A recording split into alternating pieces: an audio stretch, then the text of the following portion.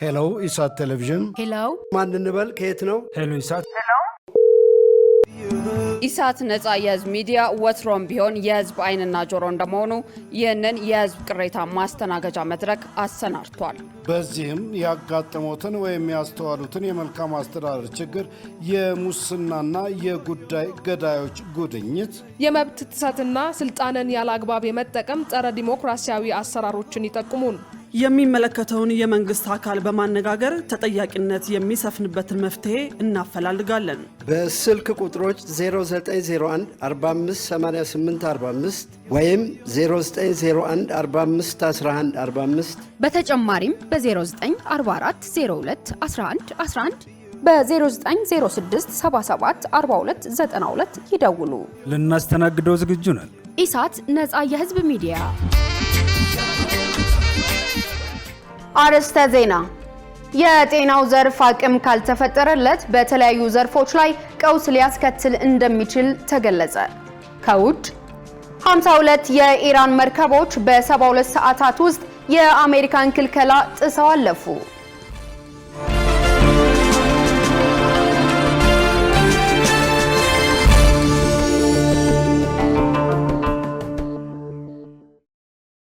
ሰላም ጤና ይስጥልኝ የተከበራችሁ ተመልካቾቻችን፣ ከኢሳት ነፃ የህዝብ ሚዲያ የሰዓቱ ዜናዎች ተጀምረዋል። ከዘገባዎቹ ጋር ገነት ዘዘው ነኝ። አብራችሁን ቆዩ። አሁን ቀዳሚ ወዳደረግነው ዜና ተሻገርን። የጤናው ዘርፍ አቅም ካልተፈጠረለት በተለያዩ ዘርፎች ላይ ቀውስ ሊያስከትል እንደሚችል ተገለጸ። ይህ የተገለጸው የጤና ሚኒስቴር ከተለያዩ ተቋማት የተውጣጡ የመካከለኛና የፊልድ ኤፒዲሚዮሎጂ ባለሙያዎች አራተኛ ዙር ሰልጣኞችን ባስመረቀበት ወቅት ነው። ሰላማዊት ሙልጌታ ተጨማሪ አላት። ጤና ሚኒስቴር ከተጠሪ ተቋማትና ከክልል ጤና ቢሮዎች ለተውጣጡ የመካከለኛና የፊልድ ኤፒዲሚዮሎጂ ባለሙያዎች አራተኛ ዙር ሰልጣኞችን አስመርቋል። በምረቃ መርሃ ግብሩ ላይ የተገኙት የጤና ሚኒስቴር ሚኒስትር ዴኤታ ዶክተር ደረጀ ድጉማ እንደገለጹት ሰልጣኞቹ በሀገር ደረጃ የሚከሰቱ ወረርሽኞችን ቶሎ በመለየት በመከላከልና ፈጣን ምላሽ ከመስጠት አኳያ በቂ እውቀት ያገኙ መሆናቸውን አስታውቀዋል። በተለይ ደግሞ ወረርሽኞች በአጠቃላይ የጤና ሴክተሩን ብቻ አይደለም የሚጎዱት፣ አጠቃላይ ማህበራዊና ኢኮኖሚያዊ ቀውስም ሊያስከትሉ ይችላሉ። አልፎም የፖለቲካ ቀውስም ሊያስከትሉ እንደሚችሉ ይታወቃል። በኮቪድ-19 ወረርሽኝ ጊዜ ምን ያክል ፈተና ውስጥ እንደገባን ይታወቃል። የወባ ወረርሽኝ ሲነሳ የዛ አካባቢ ኢኮኖሚና አጠቃላይ ማህበራዊ እንቅስቃሴ ችግር ውስጥ ይገባል። ስለዚህ አቅም ያላቸው ጤና ባለሙያዎች ወረርሽኞችን በአጭር ጊዜ በዓለም አቀፍ ደረጃ ተቀባይነት ባላቸው መንገዶች ወረርሽኞችን መለየት ሊመጡ ይችላሉ ብሎ ፎርካስት የማድረግ አቅም ያገኙ ናቸው። ችግሮችም ካሉ ቶሎ መከላከል ላይ እንዳይመጣ መከላከል ላይ ለምሳሌ አሁን ወባ እንደ ምሳሌ ብንወስድ ለወባ ምቹ የሆኑ ሁኔታዎች ይፈጠሩ። ለምሳሌ የዝናብ መቆራረጥ ሊሆን ይችላል፣ የአየር ንብረት ለውጥ ሊሆን ይችላል፣ ሌሎችም አጋላጭ ምክንያቶች አሉ። እነዚህን አይቶ ወባ ሊነሳ ይችላል ብሎ ቀድመን እንድንሰራ በቂ እውቀት ያገኙ ባለሙያዎች ናቸው። ሚኒስትር ዴኤታው አክለውም ወረርሽኞችን በተመለከተ በድንበር አካባቢዎች ላይ ትኩረት እንደሚደረግ ገልጸው በዚህም ከዓለም ጤና ድርጅት ጋር በጋራ እንደሚሰራ አስታውቀዋል። ሀገራችን እንግዲህ ከተለያዩ ጎረቤት ሀገራት ከሶማሊላንድ፣ ሶማሊያ፣ ኬንያ፣ ጅቡቲ ከሱዳንም ኤርትራም ጋር የምትዋሰንበት ቦታዎች ላይ ከፍተኛ ትኩረት ይደረጋል። ምክንያቱም እነዚህ ቦታዎች በራሳቸውም ትልቅ ትርጉም አላቸው። ዜጎች ወዲህም ወደዛም ይሄዳሉ፣ ይሻገራሉ በየብስም በተለያየ መንገድ። ከዛም አልፎ ደግሞ ጎረቤት ሀገራት ላይ ያሉ ወረርሽኞች በቀላሉ ወደ ሀገራችን ሊገቡ ይችላሉ። ከሀገራችንም ወደዛ ሊሄድ ስለሚችል እነዚህ የምንመለምላቸው ሰራተኞቻችን ጤና ባለሙያዎች በአብዛኛው ከነዚህ አካባቢ የመጡ ነው የሚሆኑት። ሁለተኛ ደግሞ ከፍተኛ አቅም ለመገንባት እነዚህ አካባቢ ላይ እንሰራለን። ለምሳሌ አሁን እነዚህ ቦታዎች የመግቢያና መውጫ ኬላዎች አሏቸው። እነዚህ መውጫና መግቢያ ኬላዎች ላይ ሁልጊዜም ትኩሳትን የሚመረምር ማሽን አለን። የሰለጠኑ ባለሙያዎች አሉ። እነሱ ሁሌም ትኩረት አድርገው ይሰራሉ። ከዛም አልፎ ደግሞ ከዓለም ጤና ድርጅት ጋር በስፋት እንሰራለን። የዓለም ጤና ድርጅት እነዚህን ሀገራት አንድ ላይ አስተባብሮ ሰፋፊ ስራዎችን ለመስራት ጥረት ያደርጋል። አሁን የክትባት መርሃ ግብሮችንም ስናደርግ ብቻችን አናደርግም። በተለይ እነዚህ አካባቢ ላይ የክትባት መርሃ ግብር ስለሆነ ከሌሎች ሀገራት ጋር አብሮ እንሰራለን። ለምሳሌ ቅርብ አሁን ፖሊዮ ላይ አድርገናል።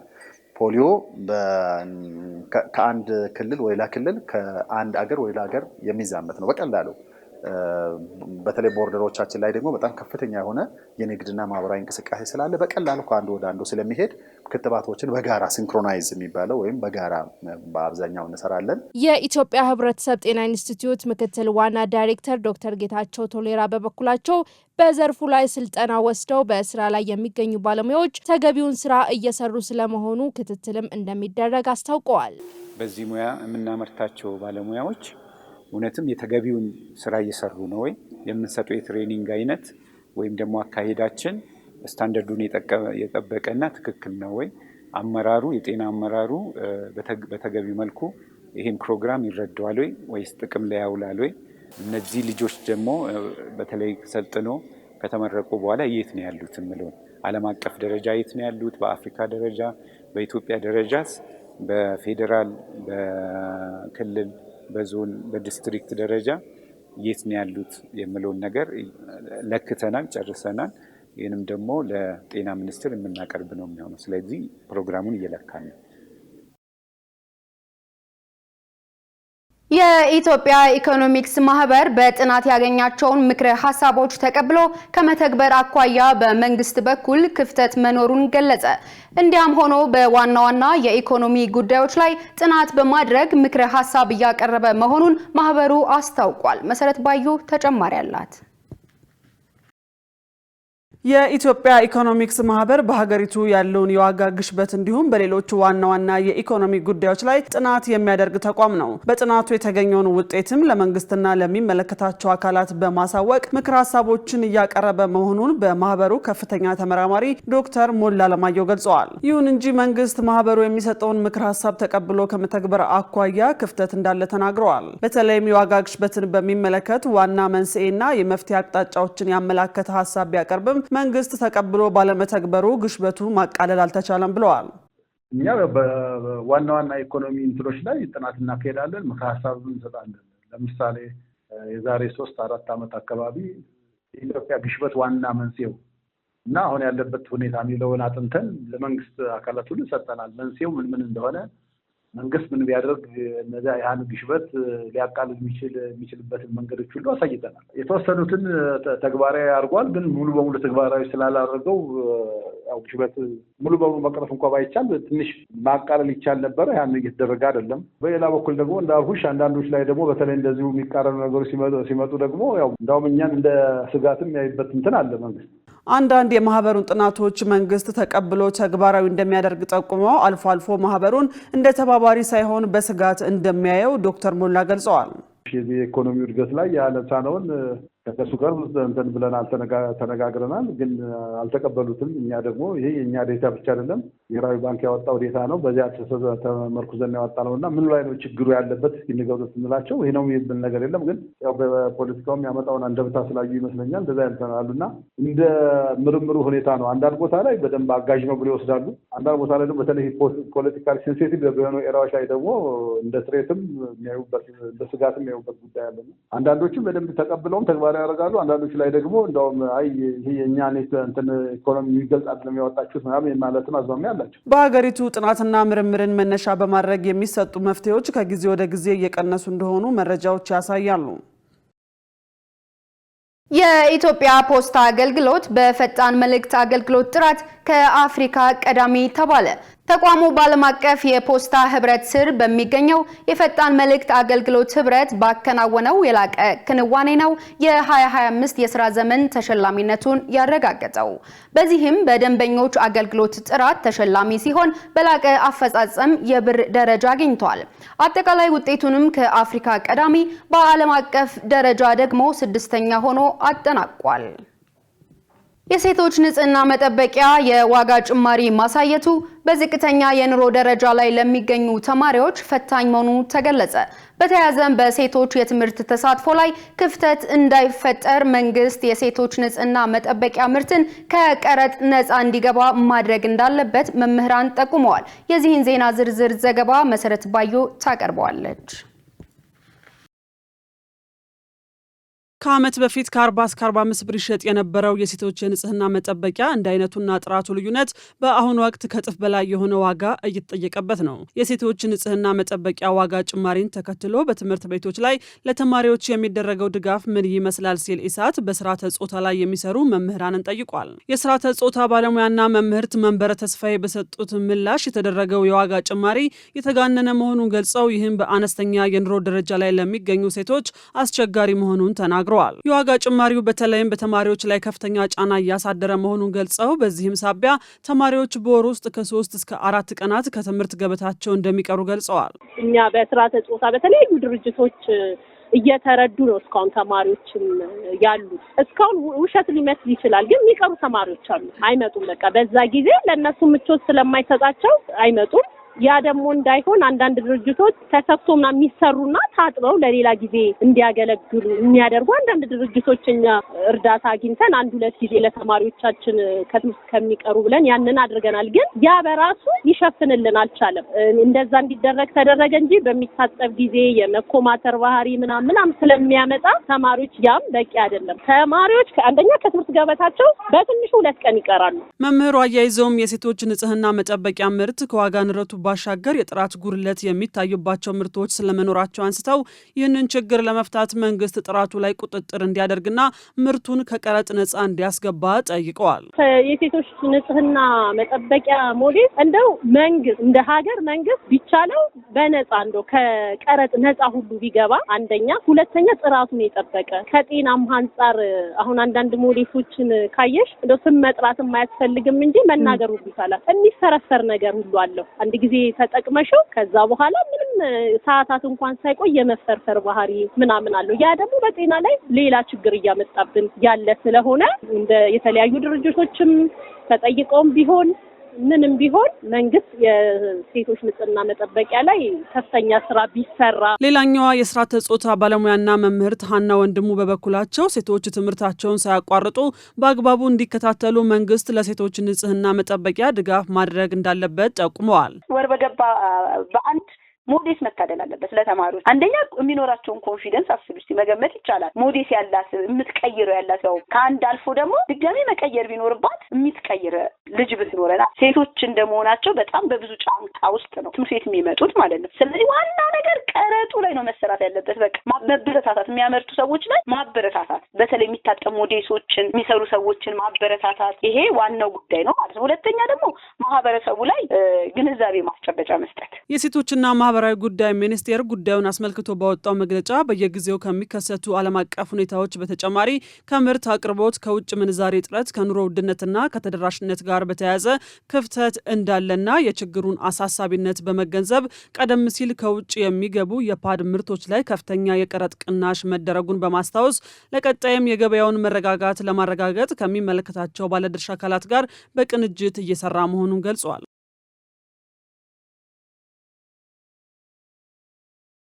አፍሪካ በውጭ ሀገራት የሚኖሩ ዜጎቿን እንደ ስትራቴጂካዊ አጋር በመጠቀም ራሷን ማጠናከር ይኖርባታል ተባለ።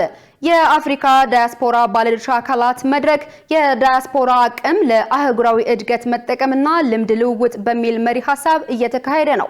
የውጭ ጉዳይ ሚኒስቴር ጽሕፈት ቤት ኃላፊ አዳም ተስፋዬ በዚህ ወቅት እንደገለጹት አፍሪካ ፈጣን የቴክኖሎጂ ለውጥና ዓለም አቀፋዊ የሀብት ፉክክር ባለበት በዚህ ወቅት በውጭ ሀገራት የሚኖሩ ዜጎቿን እንደ ስትራቴጂካዊ አጋር በመጠቀም ራሷን ማጠናከር ይኖርባታል። ዳያስፖራው ለአህጉራዊ እድገት የጎላ ሚና መጫወት እንደሚችልና ይህንን አቅም በውጭ ጉዳይ ፖሊሲና በኢኮኖሚ ዲፕሎማሲ ማህቀፎች መደገፍ እንደሚገባ አስረድተዋል። በተለይም የአፍሪካ ነፃ የንግድ ቀጣናና የዲጂታል ቴክኖሎጂ እድገቶች ላይ ዳያስፖራው ያለውን ክህሎትና ካፒታል ማቀናጀት እንደሚያስፈልግ ተናግረዋል። በኢትዮጵያ በኩል ይህንን ራዕይ ወደ ተግባር ለመለወጥ የዲፕሎማሲ ሚስዮኖች ከዳያስፖራው ጋር ያላቸውን ግንኙነት እንዲያጠናክሩ እየተደረገ ነው ብለዋል። ይህም ለዳያስፖራው ሰፊ የኢንቨስትመንትና የእውቀት ሽግግር እድሎችን እንደሚፈጥር ነው ያመለከቱት። የውጭ ጉዳይ ኢንስቲትዩት ምክትል ዳይሬክተር መሐመድ ራፊ አባራያ በበኩላቸው የአፍሪካ ዳያስፖራ ከገንዘብ ድጋፍ ባለፈ በኢንቨስትመንት በቴክኖሎጂና እውቀት ሽግግር አህጉሪቱን የሚደግፍ ስትራቴጂካዊ አጋር ሆኗል ብለዋል። ይሁን እንጂ ይህንን ሰፊ አቅም በሙሉ አቅም ለመጠቀም የፖሊሲ ቅንጅት ማነስና ተቋማዊ የአሰራር እንቅፋቶች አሁንም ተግዳሮት መሆናቸውን ጠቅሰው መንግስት ዲያስፖራውን እንደ ዋና የልማት አጋር የሚመለከት ዜጋ ተኮር አቀራረብ እየተከተለ መሆኑን ገልጸዋል። በቀጣዮቹ 10 ቀናት ዝናብ ሰጪ የሜትሮሎጂ ገጽታዎች ተጠናክረው እንደሚቀጥሉ ተገለጸ። የኢትዮጵያ ሜትሮሎጂ ኢንስቲትዩት በሚቀጥሉት 10 ቀናት ለዝናብ መፈጠር አስተዋጽኦ የሚያደርጉ የሜትሮሎጂ ገጽታዎች በአብዛኛው የሀገሪቱ ክፍሎች ላይ ተጠናክረው እንደሚቀጥሉ አስታውቋል። የኢንስቲትዩቱ የትንበያ መረጃ እንደሚያመለክተው በግንቦት አጋማሽ አካባቢ ለዝናብ መፈጠር አስተዋጽኦ የሚያደርጉ የሜትሮሎጂ ገጽታዎች በአብዛኛው የሀገሪቱ ክፍሎች ላይ ተጠናክረው ይቀጥላሉ። በመሆኑም በሚቀጥሉት 10 ቀናት የበልግ ዝናብ ተጠቃሚ ስፍራዎች ላይ ለዝናብ መፈጠር አመቺ የሆኑ የሜትሮሎጂ ገጽታዎች አንጻራዊ ጥንካሬ ይኖራቸዋል። በተለይም የምድር ወገብን በማቋረጥ ወደ ሀገራችን ከሚገባው እርጥበት አዘል የአየር ሁኔታ ጋር ተያይዞ የተሻለ የደመናና የዝናብ ስርጭት ይኖራቸዋል ብሏል። በግንቦት የመጀመሪያው 10 ቀናት ከሚኖረው ከፍተኛ የፀሐይ ኃይል ጋር በተያያዘም በተለይም በጋምቤላ፣ አፋር፣ ሶማሌ፣ ቤንሻንጉል ጉሙዝና በምዕራብ አማራ አካባቢዎች ላይ የቀኑ ከፍተኛ ሙቀት ከ32 እስከ 39.6 ዲግሪ ሴልሺየስ እንደሚሆን የትንበያ መረጃዎች አመልክተዋል። የተከበራችሁ ተመልካቾቻችን ከኢሳት ነጻ የህዝብ ሚዲያ ወደ እናንተ የሚደርሱ የሰዓቱ ዜናዎች አሁንም እንደቀጠሉ ናቸው። አሁን ደግሞ የቢዝነስና የኢኮኖሚ መረጃዎችን የምንከታተልበት የአየር ሰዓት ላይ ደርሰናል። የቢዝነስ መረጃዎችን የምታቀርብልን ሰላማዊት ሙሉጌታ ናት። በቀጥታ ወደ ቢዝነስ መረጃዎች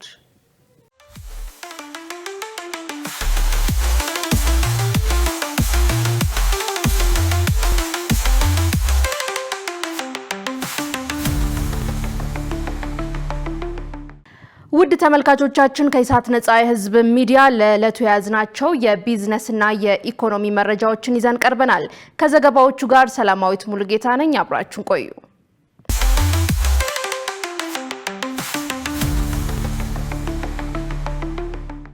የኢትዮጵያ አየር መንገድ የመጀመሪያ በረራ የጀመረበትን 80ኛ ዓመት ዘመን ተሻጋሪ የስኬት ታሪክ በሚል መሪ ቃል አከበረ።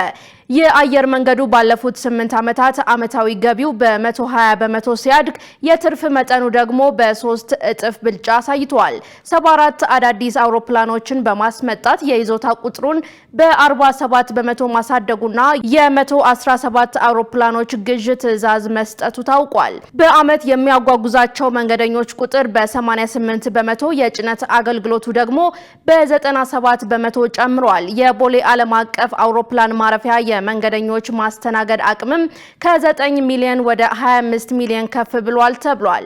የሰራተኞችን ቁጥር በ70 በመቶ በማሳደግ ለተጨማሪ 13521 ዜጎች የስራ ዕድል እንደተፈጠረ ተቋሙ አስታውቋል። አየር መንገዱ የዘርፉን መሪነት ለማጠናከር በቢሾፍቱ ግዙፍ አውሮፕላን ማረፊያ ግንባታ መጀመሩን ባለ 5 ኮከብ ሆቴል የኢኮሜርስ ማዕከልና የአቪዬሽን ዩኒቨርሲቲ መገንባቱን ዋና ስራ አስፈጻሚው አቶ መስፍን ጣሰው ገልጸዋል። በሌላም በኩል በኮንጎና ዛምቢያ ተጨማሪ አየር መንገዶችን በሽርክና በመመስረት አህጉራዊ ትስስሩን ማጠናከሩ ተመልክቷል። የአፈር ጤና ሳይንስን ወደ ተግባር በመቀየር ኢትዮጵያ የምግብ ዋስትናን ከማረጋገጥ ባሻገር የተጎዱ መሬቶች እንዲያገግሙ ለማድረግ እየሰራች ነው ተባለ። ኢትዮጵያ በአሁኑ ወቅት የአፈር ጤና ችግሮችን ከመረዳት ባለፈ በትክክለኛ መረጃ ላይ የተመሰረቱ ውሳኔዎችን በስፋት ወደ መተግበር በመሸጋገር ላይ እንደምትገኝ ተገልጿል። ይህ የተገለጸው የአፈርን ንጥረ ነገር ፍኖተ ካርታ ለመተግበር የቴክኒክ ቡድኑ ባለሙያዎችን ላለፉት 3 ቀናት ሲያካሂዱ በቆዩት አውደ ጥናት መድረክ ላይ ነው። በሀገር አቀፍ ደረጃ የአፈር ጤንነት ለማረጋገጥ በምርምርና በዲጂታል የመረጃ ስርዓቶች ላይ በመመስረት በርካታ ስራዎች ሲሰሩ ቢቆዩም በሳይንሳዊ ዕውቀትና በትግበራ ስራዎች ላይ ያለውን ክፍተት ለመሙላት የቴክኒካል ባለሙያዎች ቡድኑ በርካታ ስራዎችን ይሰራል። የግብርና ሚኒስቴር ከባለድርሻ አካላት ጋር በመሆን ብሔራዊ የማዳበሪያና የአፈርን ጤና ፍኖተ ካርታ መነሻ በማድረግ ከፍተኛ የመልማት አቅም ያላቸውን አካባቢዎች በመለየት ውሳኔ ሰጪዎች የት ላይ እርምጃ መውሰድ እንዳለባቸው የሚያስችል አቅም የሚፈጥር ነው። በዚህም የአፈር ጤና ሳይንስ ወደ ትግበራ በመቀየር ኢትዮጵያ የምግብ ዋስትናን ከማረጋገጥ ባሻገር የተጎዱ መሬቶች እንዲያገግሙ ማድረግና በሄክታር የሚገኘውን የምርት መጠን ለማሳደግ በርካታ ስራዎች እየተከናወኑ ነው። ከዚህ አውደ ጥናት የተገኘው ውጤት ከሚኒስቴር መስሪያ ቤቱ እንዲሁም ከባለድርሻ አካላት በሚሰጠው መመሪያ መሰረት የውሳኔ ሰጪዎችንና የቴክኒክ ባለሙያዎችን ስራ የሚያሻሽል ሲሆን በመጨረሻም ተገቢው ስልጠናና ሰነድ ተዘጋጅቶ ለግብርና ሚኒስቴር የሚሰጥ ይሆናል። የገንዘብ ሚኒስቴር የ2025-26 የመካከለኛ ዓመት የበጀት ትግበራ ሪፖርት ይፋ አደረገ። በሪፖርቱ የኢትዮጵያ የፊስካል አፈጻጸም ቀጣይነት ባለው የማክሮ ኢኮኖሚ ማሻሻያዎችና በተሻሻለ የህዝብ የፋይናንስ አስተዳደር የተደገፈ ጠንካራ እድገት አሳይቷል ተብሏል። በሪፖርቱ መሰረት የሀገር ውስጥ ምርት እድገት 9.2 በመቶ እስከ 10.2 በመቶ ደርሷል ያለ ሲሆን የዋጋ ግሽበት ወደ 9.7 በመቶ ቀንሷል። የውጭ ገበያ የኤክስፖርት እድገት 53 በመቶ ሲሆን ወደ 5 ቢሊዮን የአሜሪካ ዶላር መድረሱን የሚኒስቴሩ ሪፖርት ያመለክታል። በጠቅላላ ገቢና እርዳታ 704.7 ቢሊዮን የኢትዮጵያ ብር የደረሰ ሲሆን ካለፈው ዓመት ተመሳሳይ ወቅት ጋር ሲነጻጸር የ55.4 በመቶ እድገት አሳይቷል ተብሏል። የግብርና ገቢ 579.6 ቢሊዮን የኢትዮጵያ ብር መድረሱና ካለፈው ዓመት ተመሳሳይ ወቅት ጋር ሲነጻጸር የ62.7 በመቶ እድገት እንዳሳየ ገልጾ ጠቅላላ ወጪ 798.2 ቢሊዮን የኢትዮጵያ ብር መሆኑ እንዲሁም 93.6 ቢሊዮን የኢትዮጵያ ብር የበጀት ጉድለት እንዳለ ተመልክቷል። የገንዘብ ሚኒስቴር በቀጣይ የፊስካል ዲሲፕሊንን ማስጠበቅ፣ የግብር ተገዥነትን ማሻሻልና የወጪ ቅልጥፍናን ማሳደግ ወሳኝ እቅዶች እንደሆኑ በሪፖርቱ አስታውቋል። የኢትዮጵያ ንግድ ባንክ ባለፉት 9 ወራት 3.6 ቢሊዮን ዶላር ማግኘቱን አስታወቀ። ባንኩ ይህን ያስታወቀው የ2025-26 በጀት ዓመት 3ኛ ሩብ ዓመት አፈጻጸም ግምገማ ጉባኤ ላይ ነው። ባንኩ በበጀት ዓመቱ 9 ወራት 493.7 ቢሊዮን ብር ተጨማሪ ተቀማጭ ገንዘብ ማግኘቱን ገልጾ አጠቃላይ ተቀማጩን ባለፈው በጀት ዓመት መጨረሻ ከነበረበት 1.68 ትሪሊዮን ብር ወደ 2.1 ትሪሊዮን ብር ማሳደጉንም ገልጿል። የባንኩ ፕሬዝዳንት አቶ አቤሳኖ በብድር ስርጭትና ፍትሃዊነት፣ በወጪ ቅነሳ፣ በደንበኞች ምልመላና አያያዝና ሌሎችንም ጉዳዮች ላይ በትኩረት መስራት እንደሚገባ ማሳሰባቸውን ከኢትዮጵያ ንግድ ባንክ የተገኘው መረጃ ያመለክታል። የቤንሻንጉል ጉሙዝ ክልል ዓመታዊ የምርት መጠን እንዳደገ ተገለጸ። የቤንሻንጉል ጉሙዝ ክልል ርዕሰ መስተዳደር አቶ አሻድሌ ሐሰን እንደገለጹት ባለፉት 8 ዓመታት ግብርናን በቴክኖሎጂ ለማዘመን በተከናወኑ ተግባራት የክልሉ ዓመታዊ የምርት መጠን ከ18 ሚሊዮን ወደ 60 ሚሊዮን ኩንታል ከፍ ብሏል። የግብርና ምርታማነት ከ3 እጥፍ በላይ በማደግ ከራስ ፍጆታ ባለፈ ለገበያ የሚቀርብበት አቅም ተፈጥሯል ነው ያሉት። ውጤቱ የተመዘገበው የኩታ ጠም እርሻን ሜካናይዜሽንን እና የግብርና ኢንቨስትመንትን በቴክኖሎጂ በመደገፍ እንዲሁም የህልዋ አግሮ ኢንዱስትሪ ተቋቁሞ ወደ ስራ በመግባቱ አትክልትና ፍራፍሬ የእንስሳት ተዋጽኦችን በስፋት ማምረት እንደተቻለም ርዕሰ መስተዳደሩ አመልክተዋል። ርዕሰ መስተዳደሩ አክለውም ክልሉ የኢትዮጵያን የምግብ ሉዓላዊነት ለማረጋገጥ የሚደረገው ጥረት ለማገዝ በትኩረት እየተሰራ መሆኑንና ለባለሀብቶችም ምቹ ሁኔታ መፈጠሩን አረጋግጠዋል። ባይናንስ በኢትዮጵያ ብር የሚደረጉ የክሪፕቶ ምንዛሪ ግብይቶችን ሊያቆም እንደሆነ ገለጸ። የክሪፕቶ ምንዛሪ ግብይት መድረክ የሆነው ባይናንስ ከግንቦት 7 ቀን 2018 ዓ.ም ጀምሮ በኢትዮጵያ ብር የሚደረጉ የክሪፕቶ ግብይቶችን እንደሚያቆም አስታውቋል። ባይናንስ አፍሪካ በኤክስ ማህበራዊ ገጹ ባወጣው መረጃ ውሳኔው ከሀገሪቱ ተቆጣጣሪ አካላት ጋር በቅርበት ለመስራትና የኢትዮጵያን ግቦች ለመደገፍ ታሳቢ ተደርጎ የተወሰነ መሆኑን ገልጿል።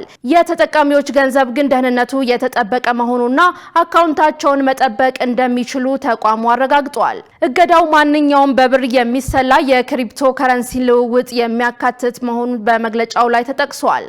ባይናንስ ዛሬ ባወጣው መግለጫም ሁኔታዎች ሲመቻቹ በኢትዮጵያ ብር ግብይቱን በድጋሚ ለመጀመር ተስፋ እንዳለው ገልጿል። የኢትዮጵያ ብሔራዊ ባንክ ከ2 ወራት በፊት በብር የሚደረጉ የክሪፕቶ ፒ2ፒ ግብይቶች ህገወጥ መሆናቸውና የተከለከሉ መሆናቸውን በመጥቀስ ጥብቅ ማሳሰቢያ መስጠቱ ይታወሳል። የተከበራችሁ ተመልካቾቻችን አሁን ደግሞ የውጭ ምንዛሬና የብሔራዊ ባንክ የወርቅ ግብይት መረጃ ተከታትለን እንመለስ።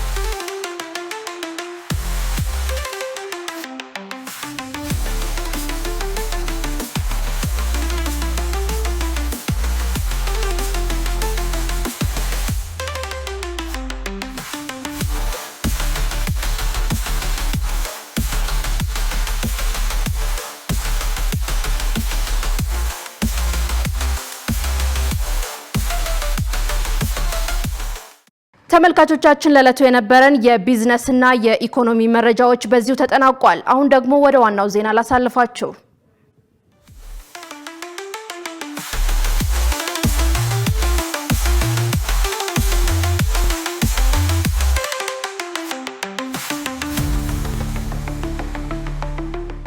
የተከበራችሁ ተመልካቾቻችን ስለምትከታተሉን ከልብ እናመሰግናለን።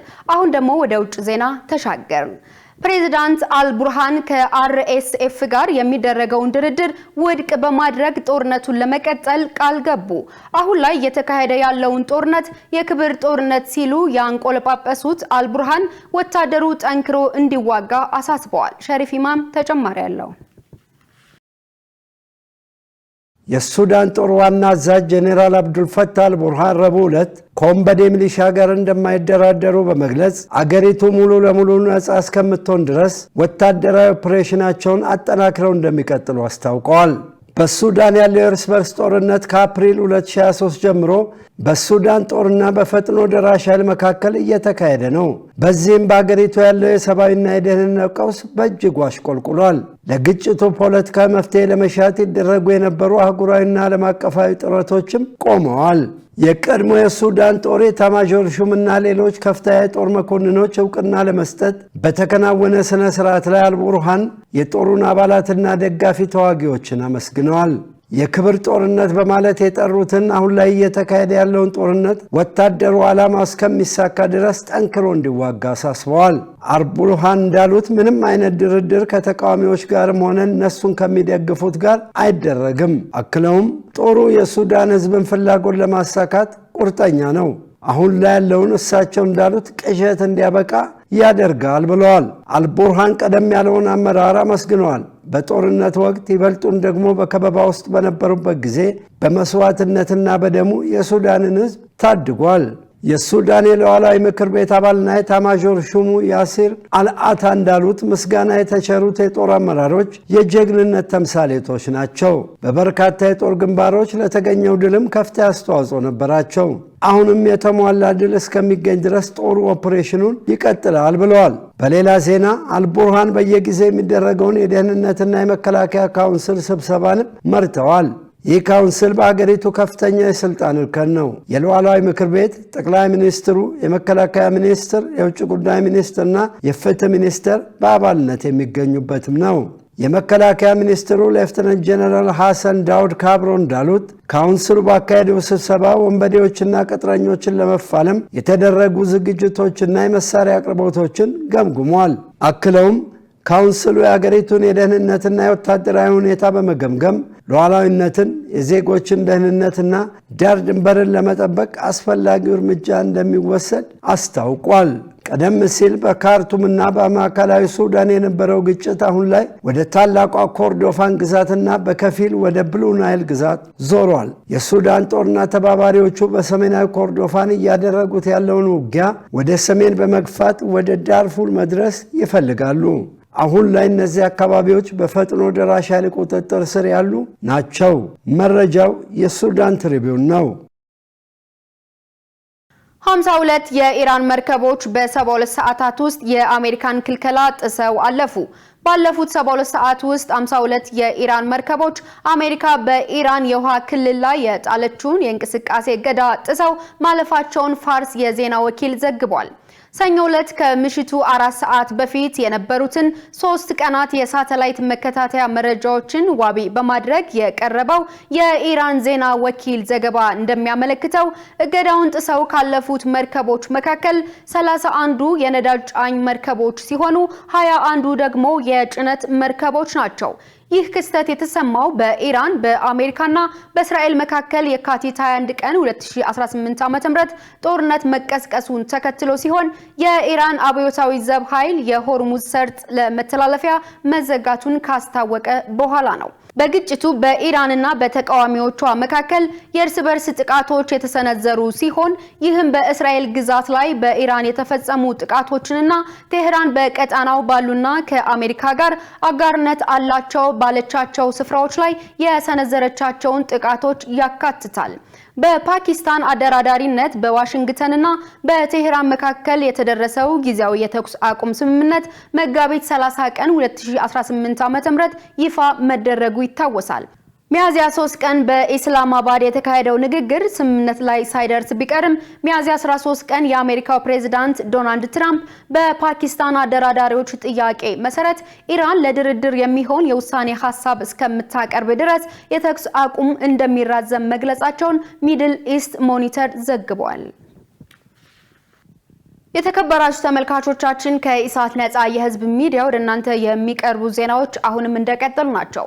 አሁን ደግሞ የስፖርት መረጃዎችን የምንከታተልበት የአየር ሰዓት ላይ ደርሰናል። የስፖርት መረጃዎችን የሚያቀርብልን ሙሉቀን ሰለሞን ነው። በቀጥታ ወደ ስፖርት መረጃዎች ለጥነናት ለምት ለወዳጅነት ሰላም ጤና ይስጥልን ተመልካቾቻችን ከኢሳት ነፃ የህዝብ ሚዲያ ለዕለቱ ያዘጋጀናቸውን ስፖርት ዘገባዎች ይዘን ቀርበናል። ከዘገባዎቹ ጋር ሙሉቀን ሰለሞን ነኝ። ሉሲዎቹ ተጋጣሚያቸውን አወቁ።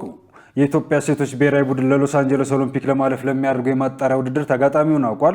ብሔራዊ ቡድኑ በሁለተኛው ዙር የማጣሪያ ጨዋታ የሩዋንዳቸውን እንደሚገጥም ካፍ አስታውቋል። ሉሲዎቹ ይህንን ጨዋታ በደርሶ መልስ ውጤት ካሸነፉ ደግሞ በሶስተኛው ዙር ማጣሪያ ከቦትስዋናና ታንዛኒያ አሸናፊ ጋር ይጫወታሉ። የሁለተኛው ዙር ጨዋታዎች ከመስከረም 25 እስከ ጥቅምት 3 2019 ዓ.ም ባሉት ቀናት ይካሄዳሉ። በሎስ አንጀለስ ኦሎምፒክ ላይ አፍሪካን በመወከል የሚሳተፉትን ሁለት ሀገራት ለመለየት 35 ብሔራዊ ቡድኖች የሚካፈሉ ሲሆን 5 ዙር የማጣሪያ ጨዋታዎች ይኖሩታል። የሎስ አንጀለስ ኦሎምፒክ ከጁላይ 4 እስከ ጁላይ 30 2028 ይካሄዳል። ፊፋ የአካዳሚ ተጫዋቾችን የሚመለከት አዲስ ሕግ ለማውጣት ማቀዱ ተገለጸ።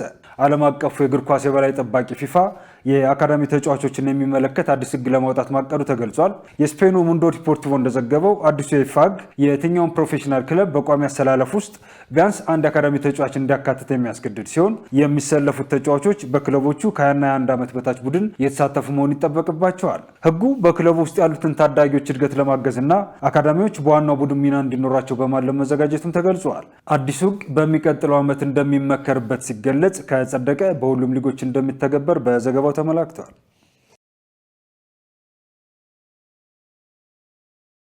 ሚካይሎ ሞድሪክ የቅጣት ውሳኔ ተላለፈበት።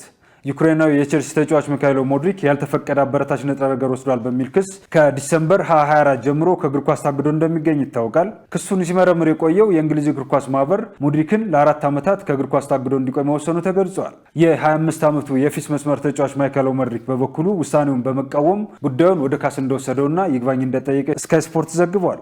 ቸልሲ ተጫዋቹን በጃንዋሪ 2023 በ88 ሚሊዮን ዩሮ ከሻክታር ዶኔትስክ ያስፈረመው ሲሆን አሁንም ውሉ ሊጠናቀቅ የ5 ዓመት ኮንትራት ይቀረዋል። የአውሮፓ ሊግና የኮንፈረንስ ሊግ የግማሽ ፍጻሜ ጨዋታዎች ዛሬ ምሽት ይካሄዳሉ። የአውሮፓ ሊግና ኮንፈረንስ ሊግ የግማሽ ፍጻሜ ጨዋታዎች በተመሳሳይ ሰዓት ዛሬ ምሽት 4 ሰዓት ላይ ይካሄዳሉ። በአውሮፓ ሊግ ሁለቱ የእንግሊዝ ቡድኖች በተገናኙበት ጨዋታ ለአለመውረድ የሚታገለው ኖቲንግሃም ፎረስት የቻምፒየንስ ሊግ ደረጃን ይዞ ለማጠናቀቅ የሚታገለውን አስቶን ቪላን በሲቲ ግራውንድ ያስተናግዳል። የአስቶን ቪላው አሰልጣኝ ኡናይ ኤምሬ ከአሁን ቀደም 2 የስፔን ክለቦችን እያሰለጠነ የአውሮፓ ሊግን 4 ጊዜ በማንሳት ቀዳሚ አሰልጣኝ ነው። ኡናይ ኤምሬ ሲቪያን እየመሩ በ2014፣ 2015 እና 2016 ለ3 ተከታታይ ዓመታት ዋንጫውን ያሸነፉ ሲሆን በ2021 ደግሞ ቪያሪያልን እየመሩ ዋንጫውን አሳክተዋል። በሌላ ጨዋታ በፖርቹጋል ሊግ 4ኛ ደረጃ ላይ የተቀመጠው ብራጋ በጀርመን ቡንደስሊጋ 8ኛ ደረጃ ላይ የተቀመጠው ፍሬቡርግን በሜዳ ያስተናግዳል። ከዛሬው የግማሽ ፍጻሜ ተጋጣሚዎች 3ቱ ከአሁን ቀደም የፍጻሜ ተወዳዳሪ ሆነው የማያውቁ ሲሆን ብራጋ ብቻ አንድ ጊዜ ለፍጻሜ ደርሶ ተሸንፏል። በኮንፈረንስ ሊግ ግማሽ ፍጻሜ ደግሞ በተመሳሳይ ዛሬ ምሽት 4 ሰዓት ላይ የሚካሄዱ ሲሆን ራዮ ቫልካኖ ከስትራስቡርግ፣ ሻክታር ዶኔትስክ ከክሪስታል ፓላስ ይጫወታሉ።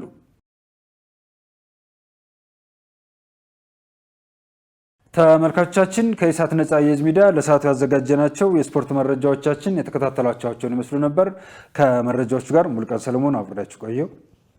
መልካም ጊዜ ይሆንላችሁ። ለጤንነት ለምት ለወዳጅነት የተከበራችሁ ተመልካቾቻችን ከኢሳት ነጻ የህዝብ ሚዲያ የሰዓቱ ዜናዎች በዚሁ ተጠናቀዋል። ከዘገባዎቹ ጋር ገነት ዘዘው አብሬያችሁ ነበርኩ። ከኢሳት ነጻ የህዝብ ሚዲያ ቀሪ መሰናዶቹ ጋር ሰናይ ጊዜ